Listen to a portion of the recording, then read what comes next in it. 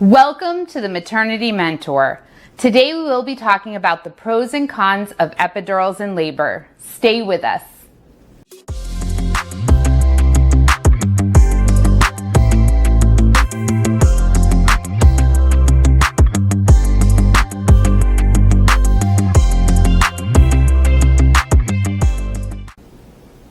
Hi, I'm Samantha. I've been a registered nurse since 2009, working in mother-baby postpartum, NICU, antepartum, and labor and delivery. I'm also an IBCLC. I'm maternal newborn nursing certified, and I have received training in perinatal mood and anxiety disorders, as well as perinatal bereavement. Epidurals are a common form of pain management used during labor, yet many women and their families are scared of epidurals.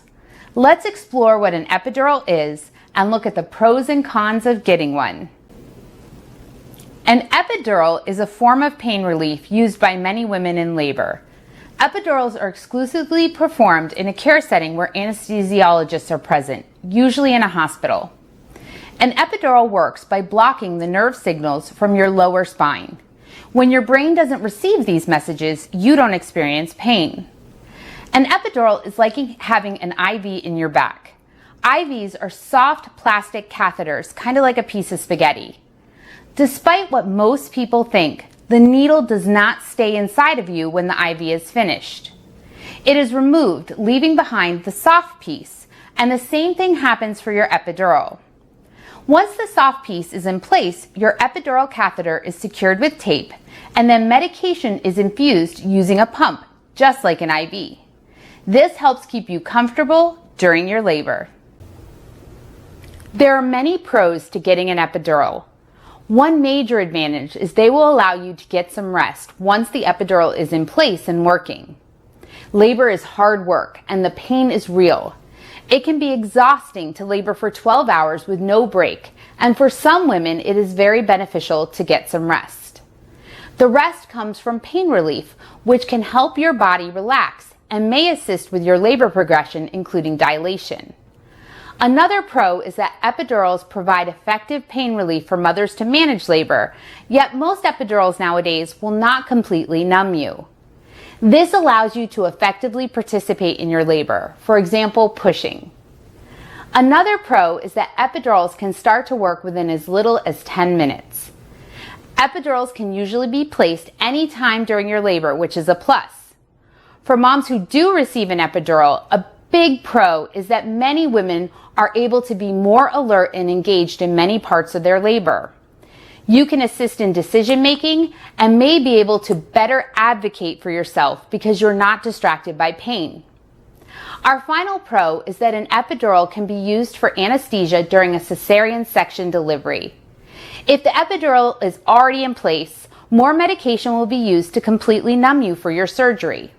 If an emergency happens, time won't need to be spent placing an epidural. Having an epidural allows you to stay awake during your birth so you can meet your baby in the operating room. There are also some cons to having an epidural. To start with, there can be some side effects from an epidural. During the epidural, it can cause a sudden drop in your blood pressure, which can be dangerous for you and your baby. You will be given fluids, oxygen, and medications to correct your blood pressure and bring it back to normal. After delivery, you may experience other side effects, including nausea, dizziness, shaking, itching, fever, ringing in the ears, back pain or soreness at the catheter site, and severe headache. The headache is rare and it is caused by leakage of spinal fluid. This is usually corrected with a blood patch, which is where the anesthesiologist will inject your own blood into the epidural space, relieving the headache. Another con is that some epidurals will make your lower half completely numb.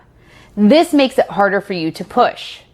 When it's harder for you to push, it can lead to our next con, which is an increased need for interventions, including medication, forceps, vacuum delivery, episiotomy, or even needing a cesarean section.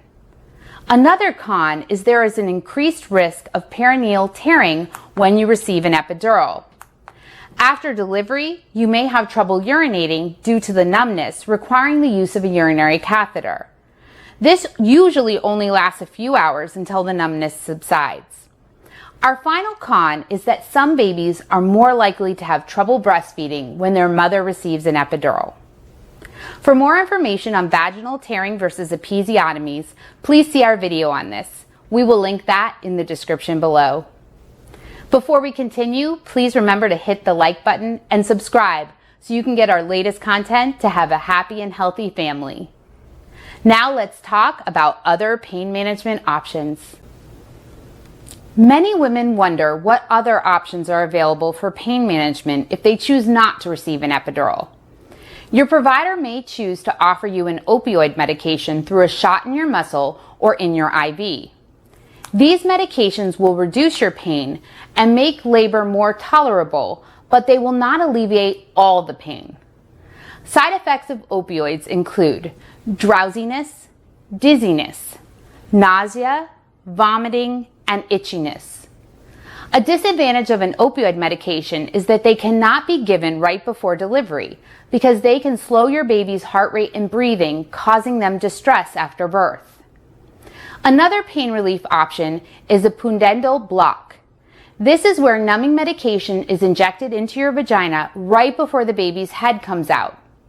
You will receive some pain relief from this measure, but it won't affect how awake you are or your ability to push. Nitrous oxide or laughing gas is another pain relief option being used. A mother holds a mask to her face and the medicine starts working within 1 minute. Nitrous oxide also does not take away all the pain, and to be effective during a contraction, you need to start using it 30 seconds prior to the contraction.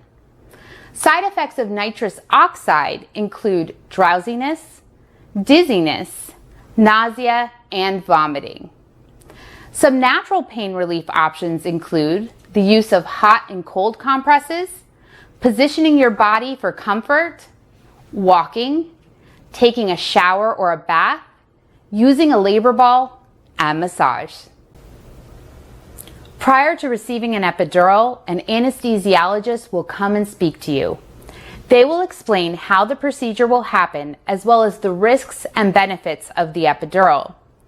They will also ask you some health history questions and examine you to determine if you are eligible to receive an epidural. There are many reasons why you should not receive an epidural. These include having an infection on or in your back, having low platelets, which is the part of your blood that stops you from bleeding when you're cut, you are currently taking blood thinners, having a blood infection, you are hemorrhaging or in shock, your labor is moving too fast and there isn't enough time to place the epidural and administer the epidural medication, or if the epidural space cannot be located by the provider in order to place the catheter safely. Make sure to speak with your provider and the anesthesiologist if you have any questions or concerns about the epidural. Epidurals are a very common form of pain relief used during labor. I hope this has explained what the pros and cons of getting an epidural are so you can decide whether receiving an epidural is right for you. Please share your comments and let us know what topics you would like to hear more about. If you like this content, please remember to hit that like button and subscribe so you can be the first to receive this information. Remember to share this channel with your friends and family and follow us on Facebook, Instagram, and Twitter for additional content. We will link those in the description below. Thank you so much for joining us at the Maternity Mentor.